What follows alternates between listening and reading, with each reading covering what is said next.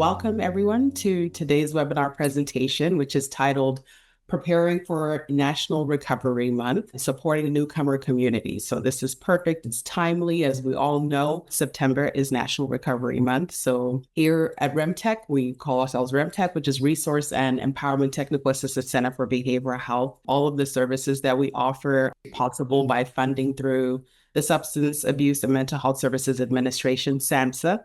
So we're so pleased to have you all join us. For today's presentation, these are the areas that we will be addressing throughout today's session. So we encourage you all to note any questions that you may have, as we will have a Q&A session at the end of the presentation. My name is Dr. Mutsa Manjero, and I'm the lead clinical consultant for the RMTAC team. And I will now introduce Dr. Trenton Fedrick, who is one of the clinical consultants on our team, and thank you all. Hi, I'm Dr. Trenton Fedrick. I've been in the field of human services for 32 years and working mainly in substance use disorder, and I'm a clinical psychologist. What we're going to look at today, our learning objectives is to identify and address the barriers of to treatment and recovery in the newcomer population. We want to take some time and recognize the impact of trauma and mental health on substance use and recovery among newcomers, and implement some culturally competent and trauma responsive strategies to effectively support refugees and migrants in their recovery journey. The journey for refugee and migrants is a continuum of stressors. Pre-migration, many have survived unimaginable horrors. The migration process itself is often a period of extreme risk, and even after arriving in a host country, post-migration phase is fraught with its own challenges. Navigating a new culture, language barriers, financial hardships, and constant threat of social exclusion or legal uncertainty, especially in our current environment, often can cause many to use substances as a coping mechanism to deal with the cumulative trauma, the boredom, and frustration. It's a way to self-medicate the pain and anxiety of their past and their present. When we think about substance use disorder, it's essential to look at the whole picture. For this population, there's a delicate balance between powerful risk factors and equally powerful protective factors. The presence of pre-existing mental health conditions like PTSD is a major risk, and is also the isolation comes with a new environment. However, many cultures have a strong prohibitions on substance use, and the resilience and determination that drove their journey can be a powerful force in recovery. Our role is to understand this balance and leverage the protective factors to support their healing. We want to try to leverage those things that they have that are in tow in this new environment, like the strength of their family, their community ties, cultural and religious beliefs, are having them move more and work more with their church, helping them recognize the resiliency that they had even in getting here, and pushing them towards some educational aspirations in order to help them better understand, moving them into a course for English speaking, for them to learn the English language to help them navigate in this new environment. A core concept in this work is self-medication, the self-medication hypothesis.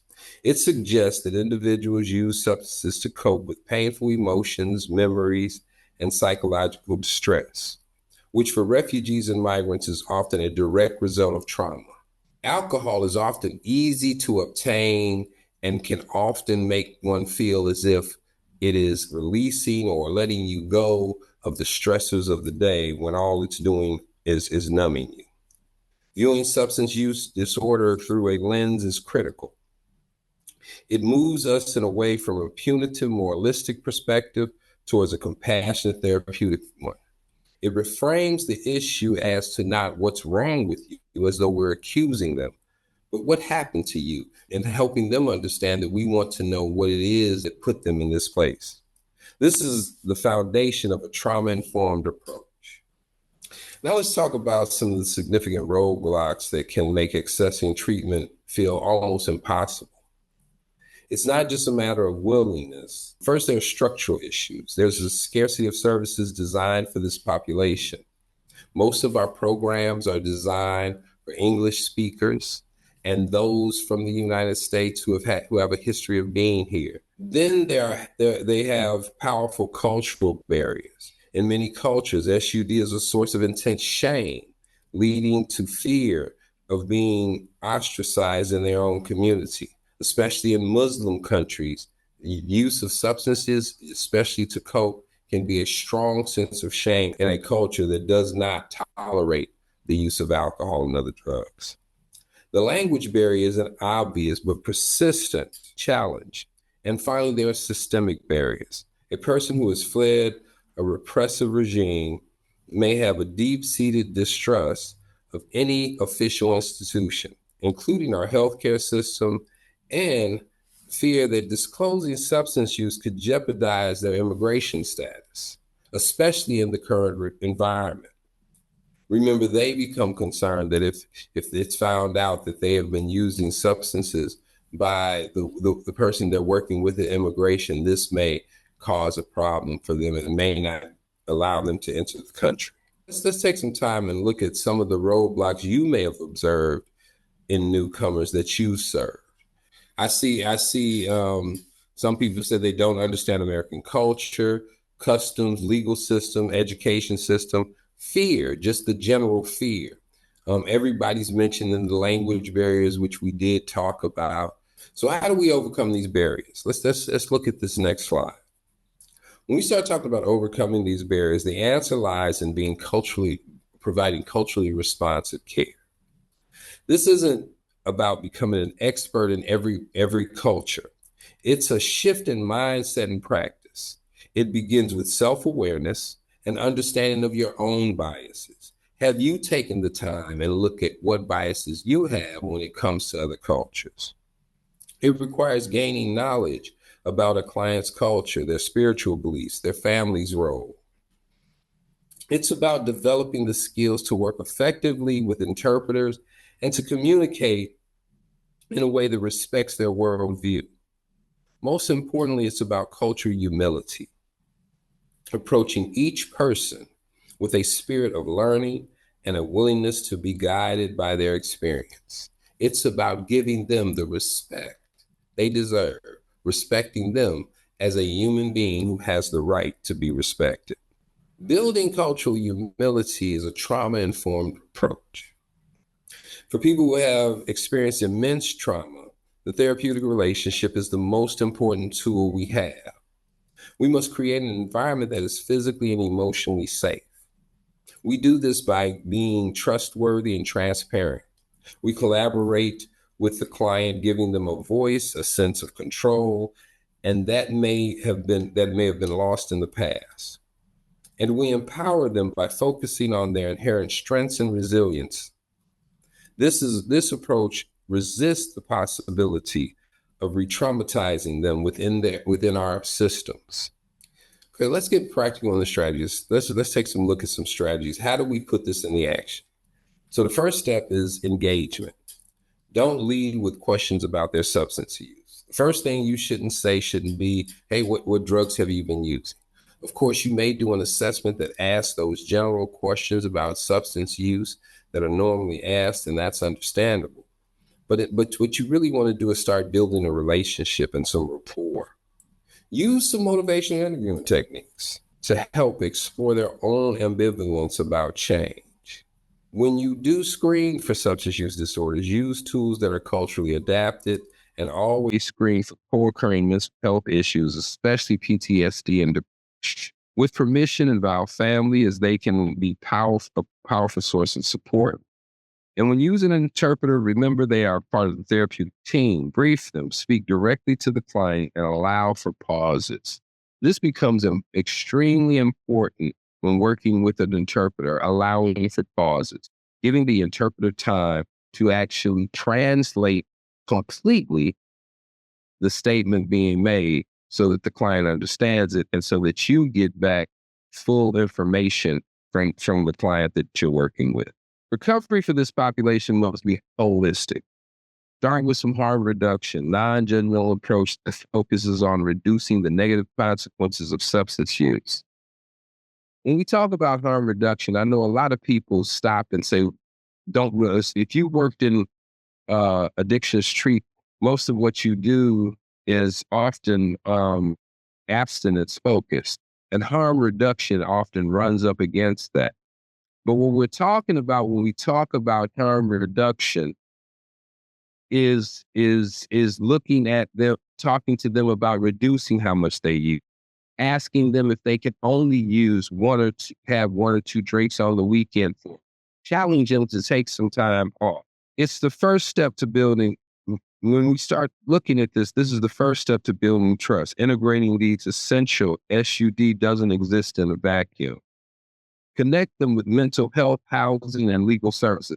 When considering group therapy, be mindful of the cultural norms. A mixed gender, multicultural group may not feel safe. Consider same gender or language specific groups.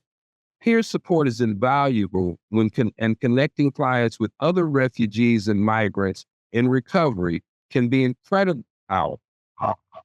Finally, don't work in isolation. Partner with community leaders and cultural centers who already have the trust of the community. I want to take a moment. Let's consider a hypothetical case. I want you to meet Ahmed. Ahmed's a 35-year-old Syrian refugee. He's Witnessed a lot of violence in his life. He's lost family members.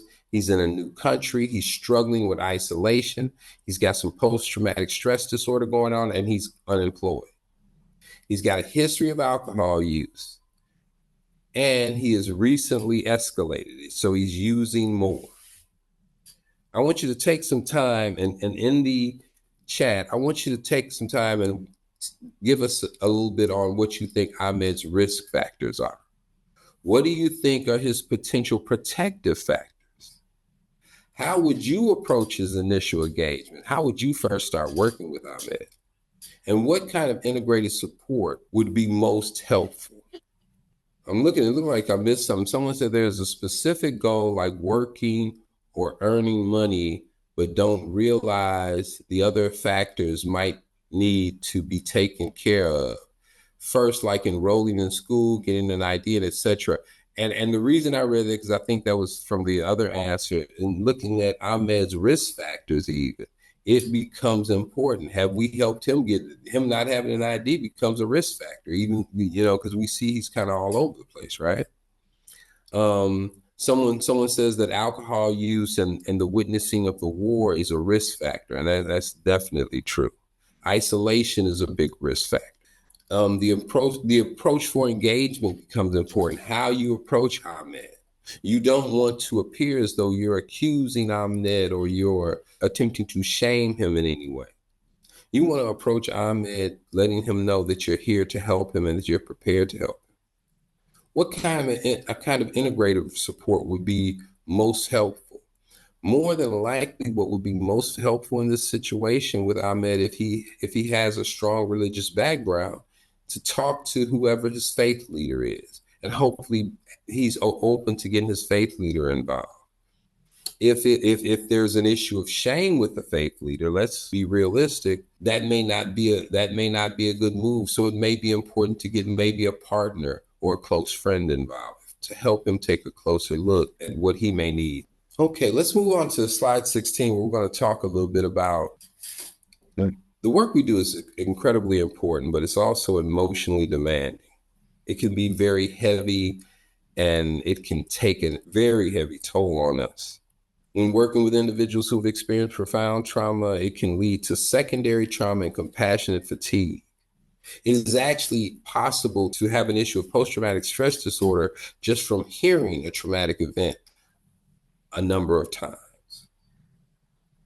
It's essential to recognize the signs in ourselves and our colleagues, and to build strong support networks. Set healthy boundaries. Prioritize your own well-being. You can't pour from an empty cup. Caring for yourself is a prerequisite for caring for others. Do you have someone you can talk to? When you are in supervision, is supervision just dotting I's and crossing T's, or supervision about your clinical needs? That supervision can become a form of self-care. where it gives you an opportunity to talk about and let go of some of the trauma. To summarize everything we talked about today, our key points: this population is highly vulnerable and incredibly resilient. Their substance use is often a response to trauma and stress. Our approach must be rooted in cultural responsiveness and trauma-informed principles. Building trust is the most important step, and success depends on providing an integrated care and collaborating with the community. So someone asked what are some of the potential protective factors? And we were talking about protective factors earlier, so I'm gonna go back to those. One potential protective factor is just helping your client identify and understand the resilience they've shown just in the journey here, right? And that they have survived the journey. Another protective factor often can be their cultural or religious beliefs. These can be protective factors because it can give them someplace safe and warm to let go of pains they may be feeling. Also, these become protective factors because our faith leaders will often help them understand the importance of working with programs like yours that are prepared to help them. So when we talk about those potential protective factors and those protective factors, we're talking about what is it in Ahmed, right? Or in whatever client you have that you should boost so that they're becoming more healthy in this process. But I happen to look back and I noticed that somebody talked about isolation. And we kind of moved through quickly, but I do want to stop and talk about the issue of isolation when it comes to migrants and refugees, because they can start to isolate in open and you won't realize it's happening. You may have someone who is using substances strongly, and that's the other reason why they're isolating even more. They come into rooms and they stay away from people. They move in directions that appear they're often going off to the bathroom. They can isolate in plain sight. And so this is something we have to be prepared for and we have to look for. And when we talk to family members, talk about those possibilities and that they may want to look for the possibility of them isolating, especially when it comes to alcohol and drug use and when they have been in recovery. One of the things that we're talking about today as we move into Recovery Month is we're talking about them being recovered from this seemingly hopeless state of mind and body.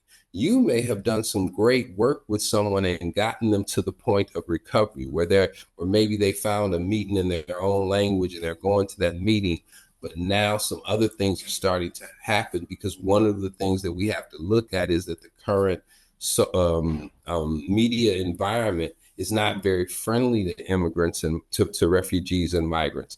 And for that reason, new fears may come up and this may cause relapse.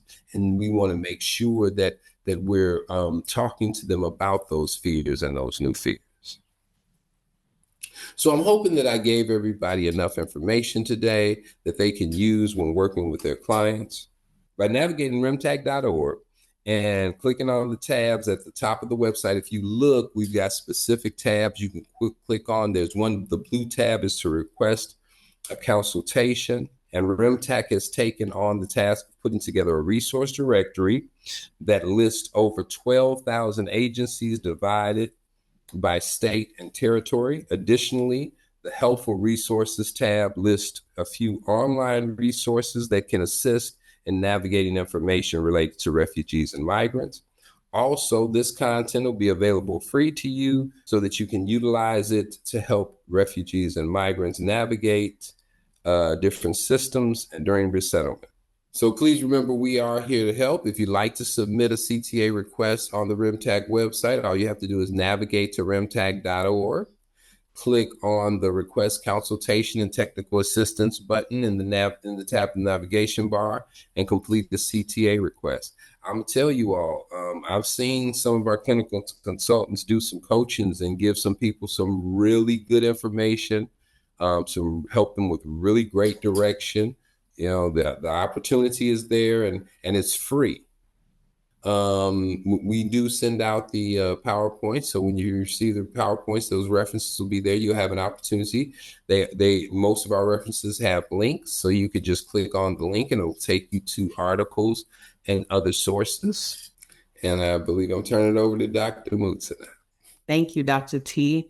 That was a great presentation. You offered a lot of insightful tips and strategies. And I think this is a great time for us to just pause and hear from you all. On the screen, you'll also see a QR code that's linked on here. Please just take a second to get your phones out, scan the QR code. We'll also drop the link. Take a few minutes to complete our survey. We'd love to gather your feedback regarding the quality of today's presentation, the usefulness of the presentation. We really enjoy hearing from you all. Please take some time to let us know what you would like. So, okay, Dr. T, we do have a question that's dropped in the chat. It says, do you have any advice on how to work with with a PTSD patient with SUD? Yeah, actually I do.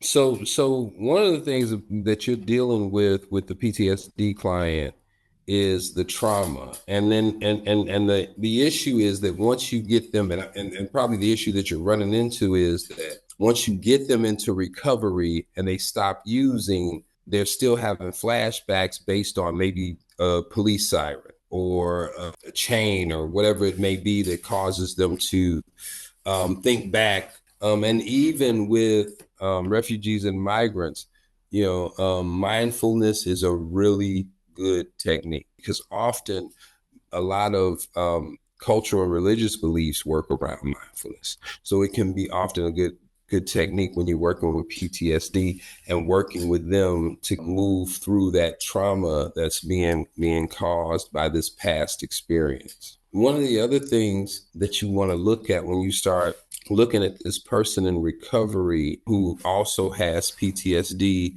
is making sure they're maintaining a therapist that's working with them around their PTSD. The thing about post-traumatic stress disorder is there's a lot of good CBT and manualized stuff, but there's also a really strong need for either a person-centered or a psychoanalytic view, so that the person is allowed to really work through the trauma on their own, in their own time and in their own way. Working with some exposure therapy can sometimes help also. I have a history of working with a couple of clients who had PTSD, a truck driver. And one of the things we did was do some exposure therapy. And now he's back to driving trucks, because the simple things may be causing them to have this feeling. But the point is, there are some things that can work when they have a substance use disorder history, because I think where the real problem, like I said, often comes in is once you get them to stop using, relapse becomes an issue, because you're concerned about them having those flashbacks that can cause those negative traits that come in with post-traumatic stress disorder.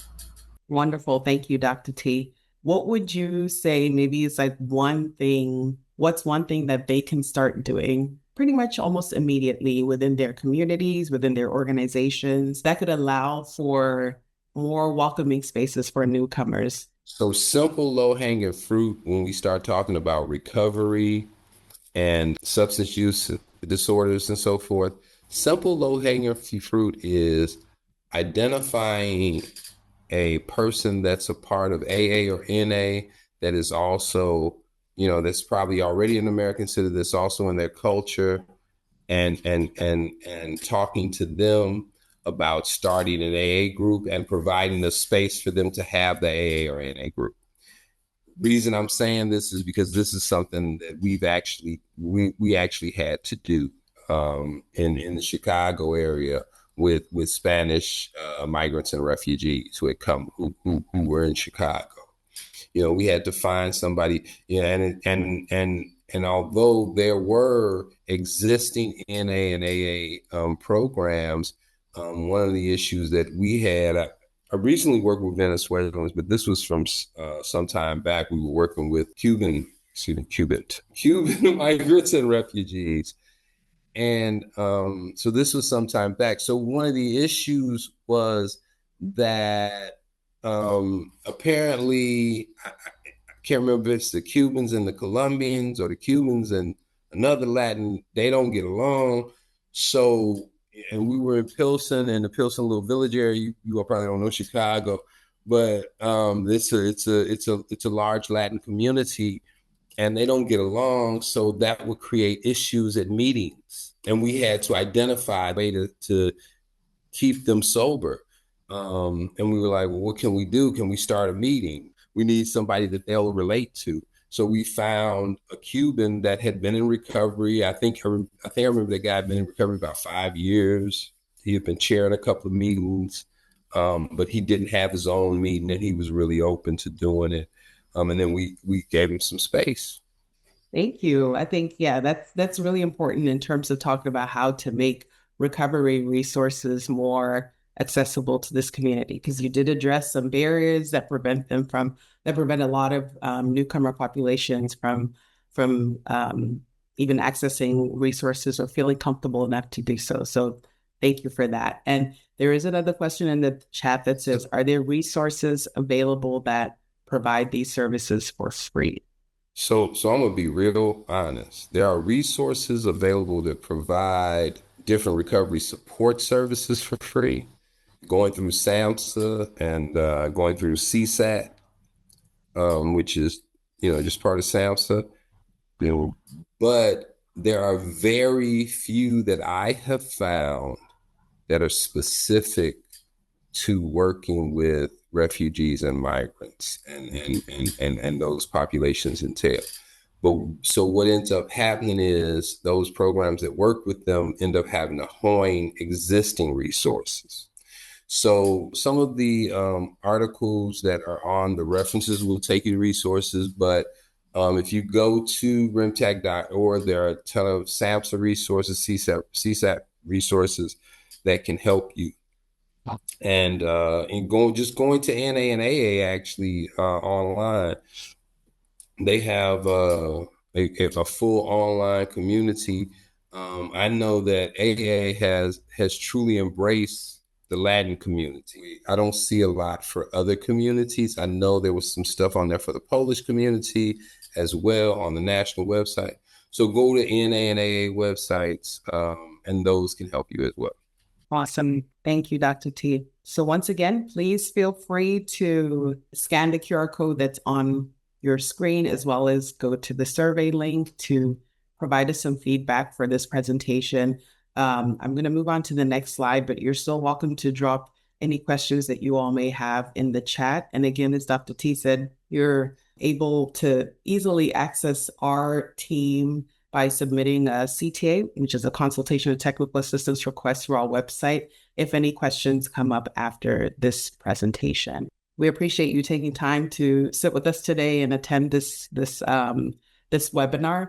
If you or your organization would like to reach out to us for technical assistance or consultation, please reach out to us. Our email address is highlighted on this slide, remtechhelp@swkey.org. Or visit our website at remtech.org. We also encourage you to visit our website for more. We have a plethora of educational resources and materials, such as learning modules. We've got recordings of some of our learning communities that we've hosted. You can also see all of the events that we have coming up. So in addition to the summit or conference that we'll be hosting, we also have a bi-weekly series where you can pop in and listen to our clinical consultants speak on a variety of topics related to the behavioral health of refugee and migrant populations. We have this webinar series that takes place monthly, and we have so many other things coming up. So please make sure to visit our website, go to our events page. Again, you're welcome to reach out to us at any time for any additional support that we can provide you individually or your organization. But otherwise, thank you all so much. But we really appreciate your time, your attention, and your interaction today. Well, thank you, everyone.